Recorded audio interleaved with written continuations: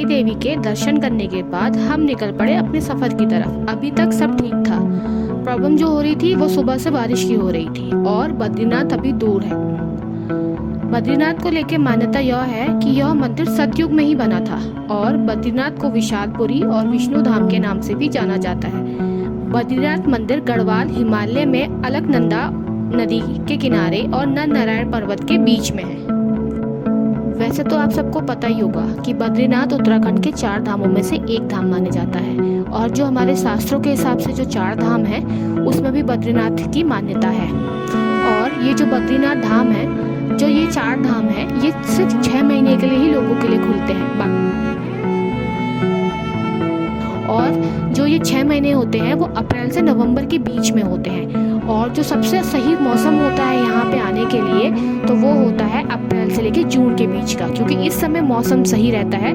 बाकी के समय कब मौसम बदल जाए कुछ पता नहीं। अब देखिए जैसे मैं आई हूँ, अब पता नहीं ना बारिश हो जाएगी कि नहीं होगी। अभी 2 दिन लगातार बारिश और है या 4 दिन और चलेगी, कुछ नहीं कह सकते। बाकी सब महादेव के ऊपर।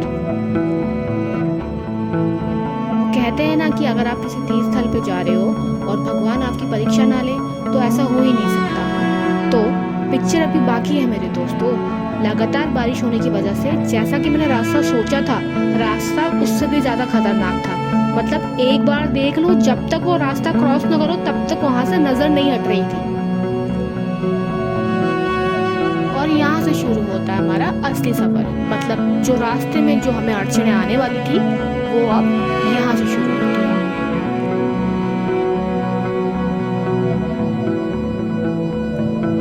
और वो जो नज़ारे थे कुछ ऐसे थे।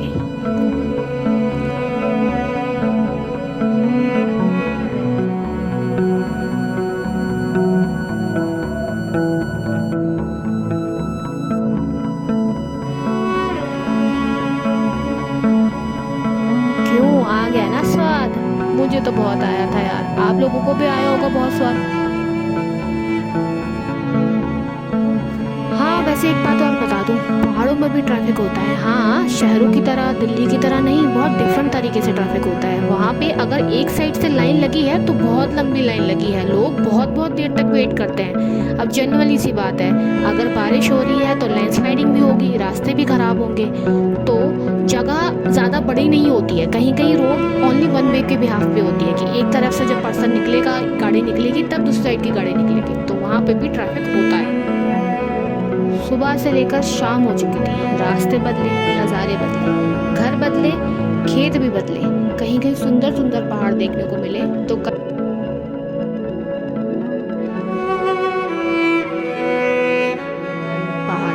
कहीं रोड एकदम मस्त मक्खन तो कहीं एकदम ऑफ रोड। सब कुछ चेंज हो रहा था, बस एक चीज़ ही चेंज नहीं हो रही थी, वो थी बारिश। जैसे ही वो सुबह से चल रही थी वैसे ही वो अभी भी चल रही है और रात तक चलेगी। तो पहाड़ों में क्या होता है, जैसे ही 5 बजने लगते हैं उसके बाद अंधेरा शुरू हो जाता है। हम सब बहुत थक चुके थे तो हम सब ने डिसाइड किया कि आज रात चमोली के पास एक होटल लेके स्टे किया जाए। तो हम सब वहीं पे स्टे करेंगे। तो फाइनली ये है हालत कुछ ऐसे हमारे तो क्या कहते हैं उत्तराखंड डायरीज की। तो अभी बद्रीनाथ जाना था, रास्ते में बहुत बारिश थी और ट्रैफिक में भी बहुत बुरा हाल हो गया। मैं पूरी भीग चुकी हूँ, हालत ख़राब हो चुकी है। तो आज रात भी ही रुके हैं, मतलब पहुँचे नहीं है बद्रीनाथ। ये हमारा कुछ पहली डिस्टेंस है, मतलब मुझे कंफर्म नहीं है, मैं वैसा करके डाल दूँगी।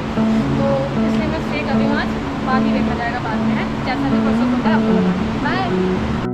आराम करने के लिए जैसे ही रूम में आई, एक अलर्ट के मैसेज को देखकर मूड और दिमाग दोनों खराब हो गए और नींद वो तो उड़ी गई थी।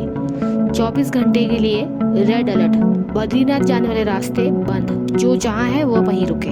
तो बस मूड खराब और गुस्सा बहुत ज़्यादा आ रहा था, इतने दूर आके आगे नहीं जा पाना। ठीक है कोई बात नहीं, अगर ऐसा ही ठीक लगे महादेव को तो यही सही।